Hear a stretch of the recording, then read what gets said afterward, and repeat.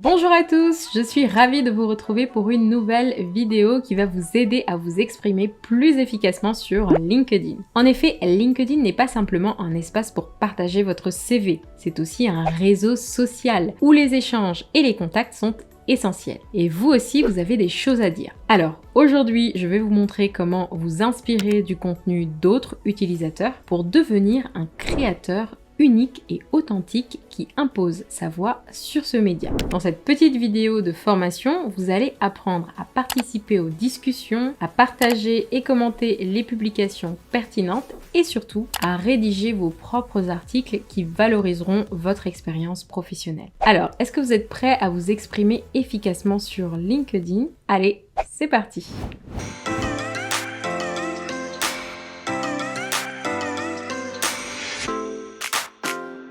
Exprimez-vous. Vous aussi, vous avez des choses à dire. Dans un premier temps, pour pouvoir vous exprimer sur LinkedIn et prendre confiance en vous, vous lirez ce qu'écrivent les autres car il faut s'imprégner du style d'écriture en vogue sur LinkedIn. Donc n'hésitez pas à passer en revue un maximum de posts qui fonctionnent sur LinkedIn, qui obtiennent beaucoup de réactions pour vous en inspirer. Vous allez ensuite participer aux discussions de groupes auxquels vous êtes abonné afin de vous prendre encore plus confiance en vous en voyant les réactions que les membres du groupe ont par rapport à vos publications. Et puis ensuite, vous allez pouvoir franchir le pas en partageant vos propres posts avec d'autres membres sur votre page. Vous pourrez également publier des articles que vous trouvez sur le web et les commenter. Vous pouvez également publier des photos de vous, professionnelles bien sûr, tout en insérant des commentaires personnels, des anecdotes sur votre vie en général. Bref, il faut que vous soyez positif et que vous ajoutiez un regard qui est personnel et complémentaire à l'article que vous partagez ou à la photo que vous partagez. Et puis, lorsqu'on veut devenir un acteur clé sur LinkedIn, qu'on veut imposer sa voix en tant que créateur unique, voire devenir un influenceur, vous devez travailler à rédiger des posts ou même des articles sur un sujet précis. Pour cela, vous prendrez le temps de vous documenter afin de ne pas tomber dans l'amateurisme qui veut jouer à l'expert. Vous allez publier en ligne sur des sujets d'expertise et ça c'est un bon moyen de montrer ce que vous savez faire et de vous faire remarquer par des recruteurs ou des clients. Mais attention, il faut être pertinent et publier avec modération. Pour créer de l'engagement sur vos publications, il est préférable de poster 2 fois par semaine des informations de qualité en interpellant votre réseau et en apportant de la valeur que de publier plusieurs fois par jour sans ajouter d'informations complémentaires. Si vous avez bien compris ce principe, c'est à vous de jouer. Et puis une autre bonne pratique à implanter dans votre stratégie de visibilité, c'est d'élargir dès maintenant votre réseau professionnel en invitant 5 contacts par jour minimum pendant une semaine à vous rejoindre sur LinkedIn. Donc comme je vous disais, ça peut être des anciens collègues, des camarades ou encore des contacts potentiellement intéressants pour votre carrière professionnelle. N'hésitez pas à oser entrer en interaction avec d'autres utilisateurs de LinkedIn ou à oser demander de nouveaux contacts à de nouvelles personnes sur LinkedIn. Pour résumer, pour imposer sa voix sur LinkedIn, il faut que vous vous créez un profil de candidat. Vous allez d'abord présenter un profil complet et cohérent par rapport à votre projet qui soit à jour. Ensuite, vous allez entretenir votre réseau, vous allez créer du lien, communiquer avec vos contacts et puis vous allez construire votre image de marque en participant aux discussions en ligne sur vos sujets préférés. Si vous suivez tous ces conseils et toutes ces bonnes pratiques, vous êtes définitivement prêt à être un membre à part entière de la plus grande communauté de professionnels présents et actifs sur le web. Mais avant de vous lancer, il faut que vous peaufiniez votre profil. Pour cela, il faut que vous vous sentiez prêt et que votre stratégie soit optimale, notamment par la mise en place d'un calendrier éditorial. Ensuite, habituez-vous aux particularités des réseaux professionnels. Ils offrent de nombreuses opportunités, notamment la possibilité de contacter par message les décisionnaires des entreprises qui peuvent vous embaucher sur un coup de cœur. Dernière remarque, attention à ne pas publier n'importe quand et toutes les informations qui vous passent par la tête. Il en va de votre e-réputation professionnelle. Pour que vous compreniez bien l'idée, je vous ai préparé une vidéo sur mon écran d'ordinateur. On va voir l'exemple de quelques posts et articles qui permettent de s'inspirer du style d'écriture lecture en vogue sur LinkedIn et montre comment se positionner en tant qu'expert sur son marché. Donc c'est parti, on regarde ensemble. Alors, dans cette vidéo, j'ai envie de vous montrer 2 posts principalement qu'on va analyser ensemble. Si j'ai le temps, je vous montrerai un article, mais c'est pas sûr. Mais pour l'instant, on va analyser ces 2 premiers posts. Donc là, on est sur le profil de Christophe Piton. C'est un expert qui est reconnu et sollicité sur LinkedIn. Il aide les professionnels à avoir de la visibilité sur LinkedIn en créant des posts impactants et qui sollicitent des ventes et des relations. Donc une fois qu'on a mis en contexte cette situation, on va regarder ce premier post de Christophe Piton justement pour s'inspirer. En fait, il a créé un post qui permet aux autres de créer des posts inspirants sur LinkedIn puisque c'est son travail. On va faire d'une pierre deux coups, on va analyser ce post d'une personne qui est véritablement influente sur LinkedIn et puis on va analyser justement les phrases d'accroche qu'il nous propose. Donc Christophe Piton, lui, il a vraiment un positionnement sur lequel en fait il estime qu'on a le droit d'être naturel et de montrer à la fois sa personnalité et ses compétences sur LinkedIn à travers ses posts. Donc là par exemple, il propose quand on commence à écrire un post sur LinkedIn pour attirer l'attention, il propose donc 16 solutions sur cette infographie. La première, c'est par exemple de défendre une position qui nous est chère, en commençant par la phrase suivante: depuis quand travailler comme une brute est une réussite, ou se servir de stagiaire comme de simple torchon me fait vomir. L'idée ici, c'est de vous montrer une idée de contenu. Donc là, c'est de proposer en fait dans votre secteur d'activité des idées pour aider votre audience. Et ici, on voit clairement que en plus d'aider votre audience, il y a des techniques sur LinkedIn à maîtriser pour attirer l'attention de votre audience. Donc ça peut être un post qui commence par comment faire quelque chose. Vous pouvez également teaser une anecdote improbable, démarrer un top, casser une fausse croyance, etc., etc. Donc ça, c'est un exemple de post qui fonctionne très bien sur LinkedIn puisque le fait de donner des idées à votre audience, de plus sur comment vous exprimer sur LinkedIn, ça a un double effet d'aide et pour solidifier votre réseau. Donc là, vous voyez que il est à presque 1000 likes et 170 commentaires. Les personnes sont très contentes de ces idées. Voilà, merci, excellent, merci. Apparemment, utiliser des chiffres, ça fonctionne super bien. Donc, il parle du fait d'avoir, chiffré chaque astuce. Ça permet de hiérarchiser l'information et de la rendre plus facile à comprendre pour votre audience. Et puis, je voulais analyser un deuxième post avec vous. C'est celui-ci. Justement, quand je vous parlais de ne pas aller trop loin dans la présentation de votre personnalité sur LinkedIn. Et justement, cet influenceur en a fait l'expérience sur sa propre page LinkedIn,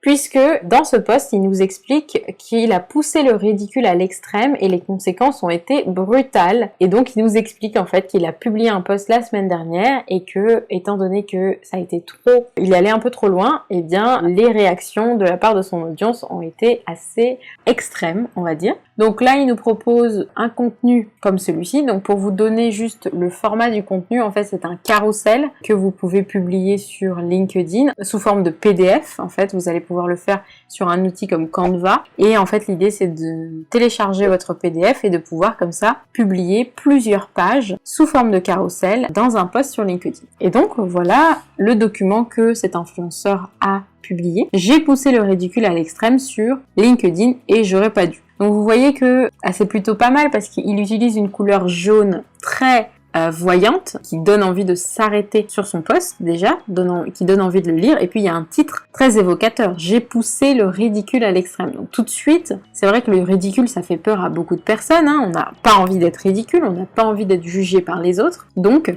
on a une couleur très vive, on a un titre très percutant, et puis on a la personne là qui transmet une émotion de déception. Donc tout de suite, on a envie de cliquer sur le post et de lire la suite. C'est ce que je vais faire, je vais arrêter le suspense.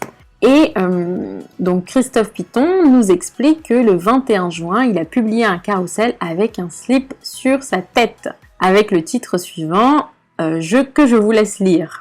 Donc, et puis avec le signe de Jul, qui est un rappeur français, pour avoir l'air encore plus boomer. Donc, il estime que les conséquences ont été brutales, qu'elles soient positives comme négatives. Pourquoi ? Donc, on passe à la suite. À chaque fois, le carrousel Les titres et les images, vous voyez, nous donnent toujours envie de cliquer. Et c'est ce que j'avais envie de vous montrer aussi sur LinkedIn. C'est une technique très intéressante sur LinkedIn, c'est de dérouler une histoire pour que votre audience ait envie de rester du début à la fin, puisque c'est pris en compte par l'algorithme de LinkedIn qui va effectivement calculer combien de temps les personnes restent sur votre publication. Donc, il continue en nous disant qu'il a eu 86 désabonnements sur les 43 800 abonnés qu'il a. Bon, ça reste un petit pourcentage, mais c'est quand même un pic de désabonnements assez gros qu'il a remarqué. Et il continue son histoire en disant « L'être humain veut absolument éviter d'avoir l'air ridicule et d'être associé à ce genre de personnes, surtout d'un point de vue business. Que va-t-on penser de moi si je suis en relation avec cet individu ridicule ?» Donc là, il nous fait une petite analyse psychosociologique qui donne envie bien sûr de voir la suite. Et il dit « Ça dérange, le ridicule n'est pas professionnellement accepté. » Et c'est vrai que quand on voit cette photo avec un slip sur sa tête, on peut se demander ce que ça fait sur LinkedIn. Pour moi, c'est drôle. Mais je peux comprendre que certaines personnes n'aient pas apprécié. Beaucoup estiment qu'on n'est pas sur Facebook, on n'est pas sur TikTok non plus. Et sur LinkedIn, ce n'est ni drôle ni accepté car ça dérange de publier des posts comme ça. Mais il est plutôt résilient et il accepte la situation en disant « on ne peut pas plaire à tout le monde ». Donc, il continue son analyse en disant que c'est trop tôt, LinkedIn n'est peut-être pas encore prêt pour ce genre d'humour, avec un commentaire qu'il met pour appuyer son propos. Non mais là vous êtes trop dans le futur, donc voilà, il estime que c'est trop tôt pour LinkedIn.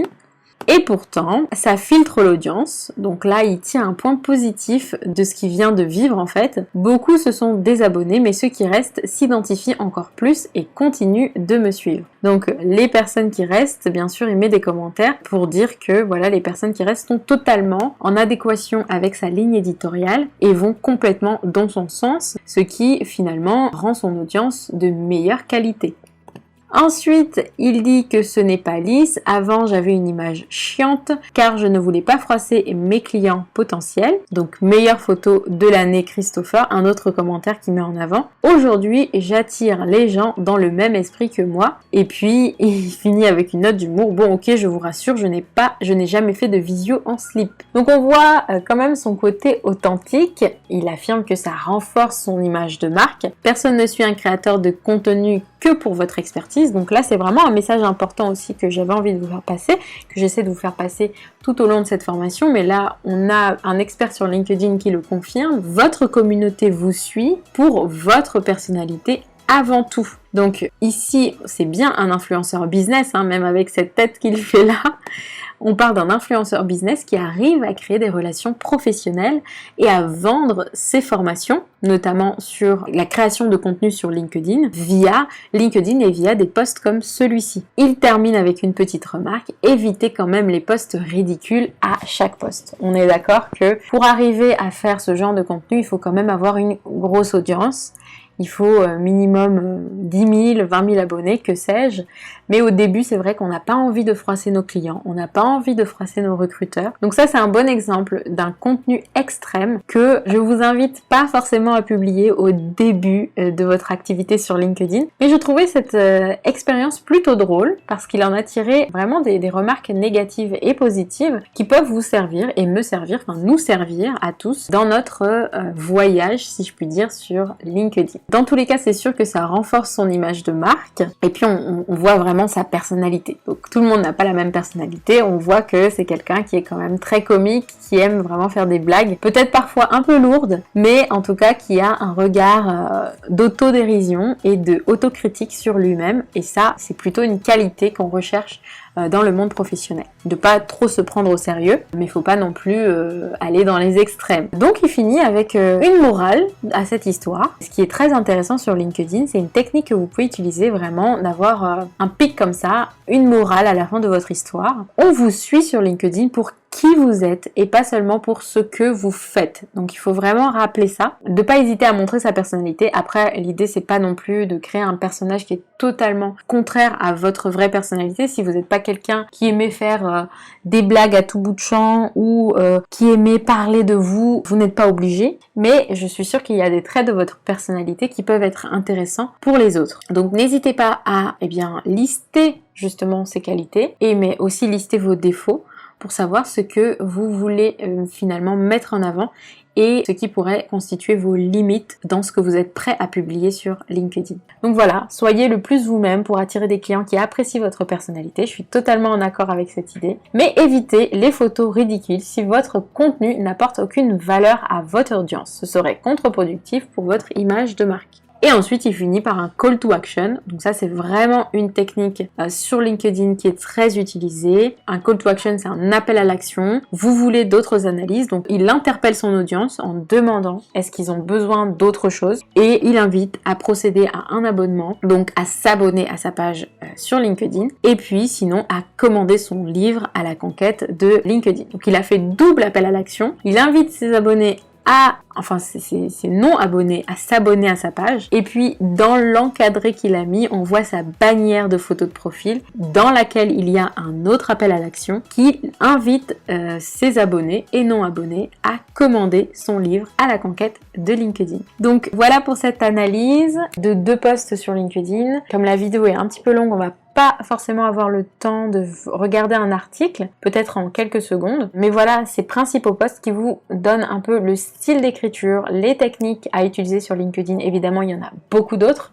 Ce sont des exemples desquels vous pouvez vous inspirer pour commencer à prendre la parole sur ce réseau social professionnel. Alors, je vous montre en quelques minutes quand même un autre post, un autre profil d'une influenceuse que je suis sur LinkedIn, donc qui s'appelle Isabelle Cugnot, qui forme à LinkedIn justement au personal branding et qui fait des formations en ligne. Et pour vous montrer la possibilité qu'on a, c'est d'aller dans la section articles dans son activité sur LinkedIn. Et bien qu'elle n'ait pas publié depuis longtemps, ça nous permet de voir des exemples de publications d'articles. Alors par exemple ici on avait l'article Crise coronavirus 10 conseils pour gérer l'image de votre entreprise sur les réseaux sociaux. Ici on a un article et voilà comment il se présente en fait sur LinkedIn avec le titre, l'image de header, donc l'image de couverture et le texte tel qu'il est. Donc on a le nom, si vous publiez on aura votre nom.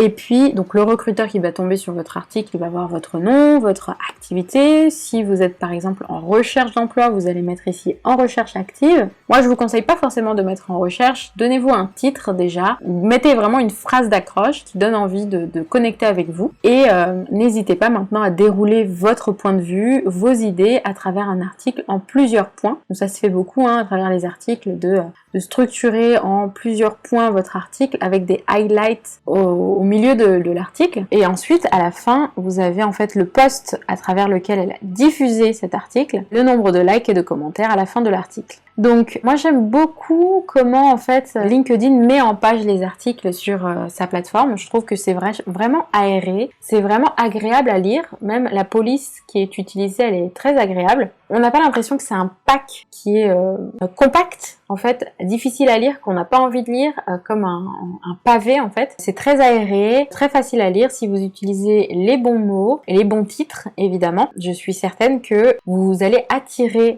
des recruteurs sur votre page et faut bien prendre en compte le fait que les articles vous permettent au-delà du post d'aller beaucoup plus en profondeur sur des sujets de société ou des sujets de votre secteur d'activité. Donc ça vous permet bien sûr d'écrire sur une longueur beaucoup plus longue, d'utiliser beaucoup plus de mots et vraiment d'exposer vos idées en détail avec une introduction, un déroulement et une conclusion. Donc voilà pour l'article, on a fini cette petite veille sur LinkedIn pour vous donner un peu d'inspiration et créer vos propres contenus et on va passer à la suite. Voilà, c'est tout pour cette vidéo, j'espère qu'elle vous a été utile. N'hésitez pas à me faire vos retours d'expérience en commentaire comme d'habitude. Je me ferai un plaisir d'y répondre. N'oubliez pas de me laisser un petit pouce bleu, ça aide le référencement de cette chaîne et ça récompense mon travail, donc c'est vraiment gratifiant. Et quant à nous, on se retrouve très vite dans une prochaine capsule marketing. Ciao ciao!